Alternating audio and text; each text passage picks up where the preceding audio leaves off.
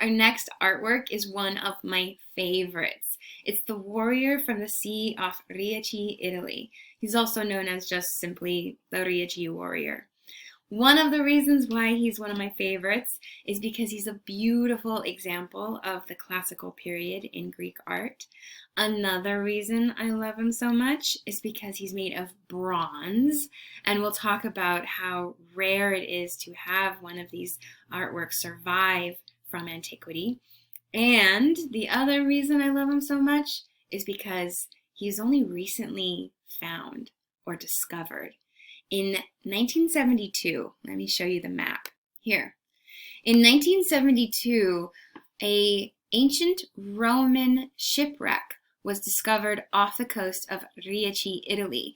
This ancient Roman, notice I'm emphasizing Roman, this ancient Roman ship had set sail between Greece and Rome, or I should say Greece and the Italian peninsula during the time of the Roman Empire. And the ship was loaded with all of these Greek artworks and vats of olive oil and wine that were presumably to be sold along the Italian peninsula.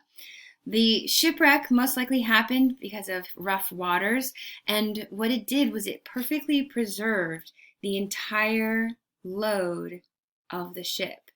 And so we have, like I said, vats of olive oil and wine and jewelry and the Riace warrior. Here he is, covered in hundreds of years of ocean detritus.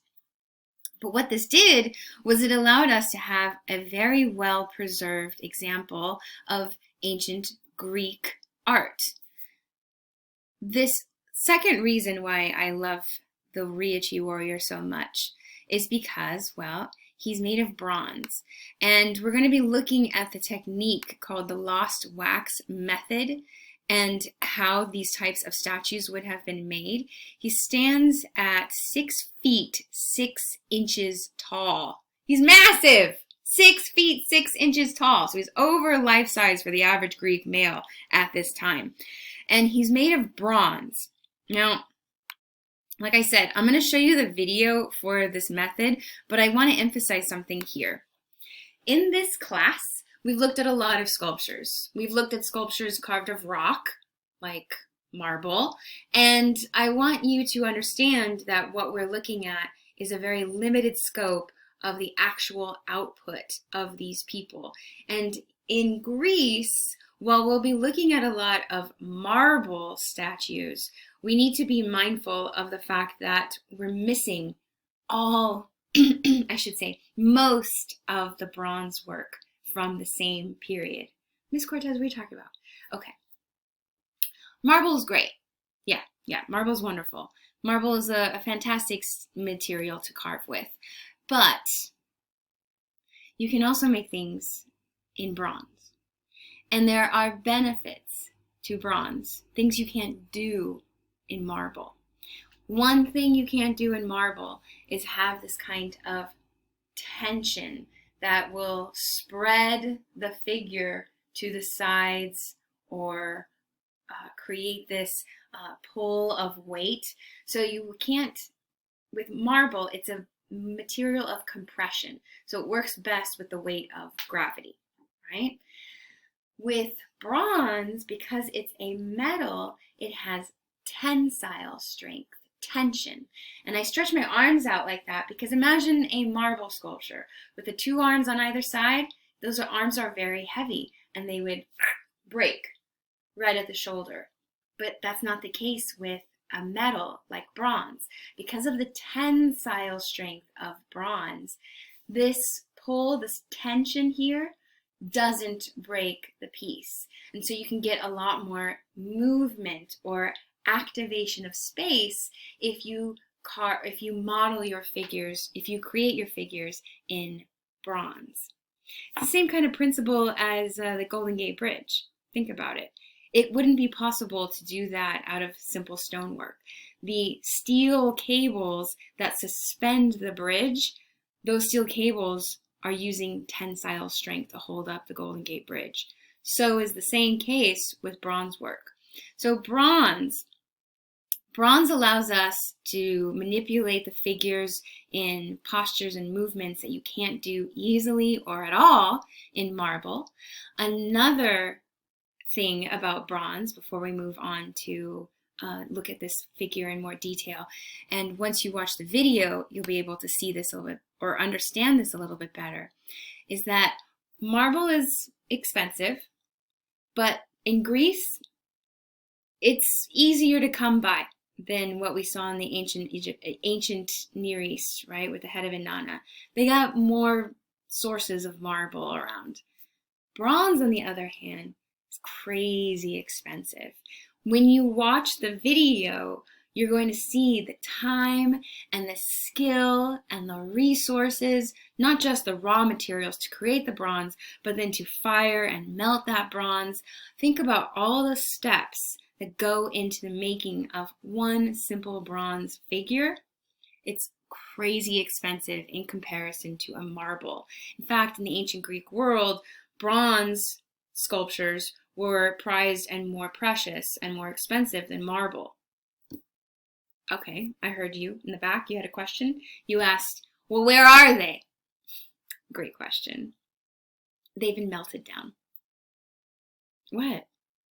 The fact is that bronze, yeah, it's beautiful and it can do all this great stuff, but if somebody's attacking your city, cut down those marble statues, you make rock. Cut down those bronze statues, melt them down, and now you can make cannonballs, and you can cast a new cannon to fire at the enemy to protect your city. What I'm trying to say with this disjointed scenario is that most of the bronze from the antique world or the classical world, Greeks and the Roman world, most of the bronze work from that time has simply been destroyed, melted down into other things. And that is another reason why the Riace warrior is so special, because he was hidden in the bottom of the ocean until 1972. So nobody could hack him up and melt him down and make something else. Right? I wish we were in class together, because at this point I usually like to gauge my students and see eyes going, ah, or eyes going, eh? So let me know if you're still struggling with this concept of the bronze work and the marble when we look at this video. Once you watch the video, you'll be able to appreciate the time and the skill required for this Riace warrior and other Greek sculptures. The detail of his face. Look at this. What we can see is that his eyes were inlaid, and there was the white of his eye, and then a colored stone must have been placed in here. Also, while the majority of the sculpture is made of bronze, in his face, his teeth are actually silver, and his lips are copper. Now, what does this do? Well, have you ever seen highly polished silver? Highly polished silver becomes this blazing, almost white. So it's like we have the white of his teeth. And then if you polish copper, it becomes this beautiful, soft rose pink. So he would have had these rosy pink lips and then this blazing white teeth. Look at the kind of detail we're getting in this bronze work. The tendrils of hair, the eyebrows. Here's another view. This is a reconstruction with eyes inlaid, but they help us understand how much more lifelike he was, right? The posture he stands in. What is that posture? What is that posture? Did you say it? Look at Critios boy notes. You have one hip up, opposite shoulder. There's a counterbalance, contrapposto. And here he stands in contrapposto. The weight of him on his right leg, and then his left leg bends because it doesn't have to hold all the weight.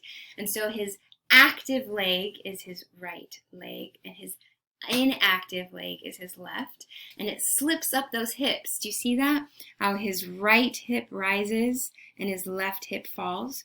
And then to counter that, his right hip falls back and right shoulder falls back and his left shoulder rises. It's a counterbalance of opposites.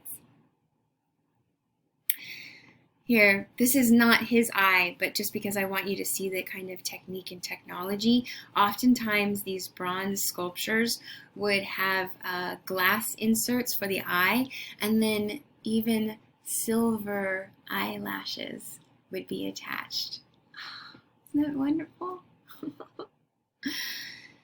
Now, because of the way he stands, we believe he was wearing a helmet, and he had a spear and a shield. Look at that. Oh, fantastic. This is another reconstruction. He stands at 6 feet, 6 inches tall. He's massive.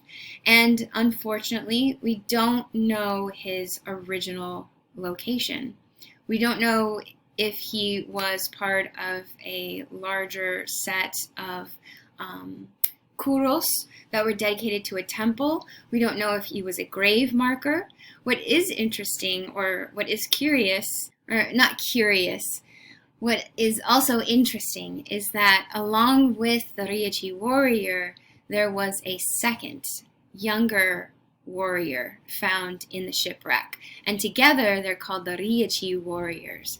Now we're not going to be looking at the younger man, but I like this reconstruction here to help you with the sense of scale. This young woman here is my friend, and she stands at 5 feet 5 inches.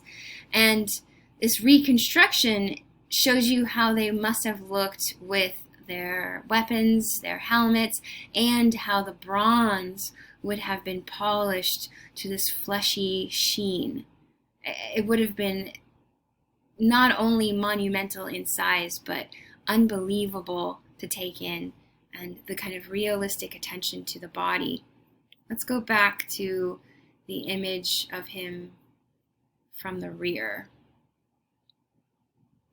You see that movement of the back? You see the activation of the space? See how his elbows, they don't tuck into the sides, but instead pull back in a very natural manner. So like the Kritios boy, he activates the space by turning. There's a twist and the rise of the hips, and a twist and a rise of the arms, activating the space. I emphasize this activation of space because as we continue through the Greek world, we're going to see this activation of space increase as the statues become, well, more dynamic in posture. Also, look at the realism of this figure. The sense of weight, the sense of mass. It's insane, right? It's fantastic.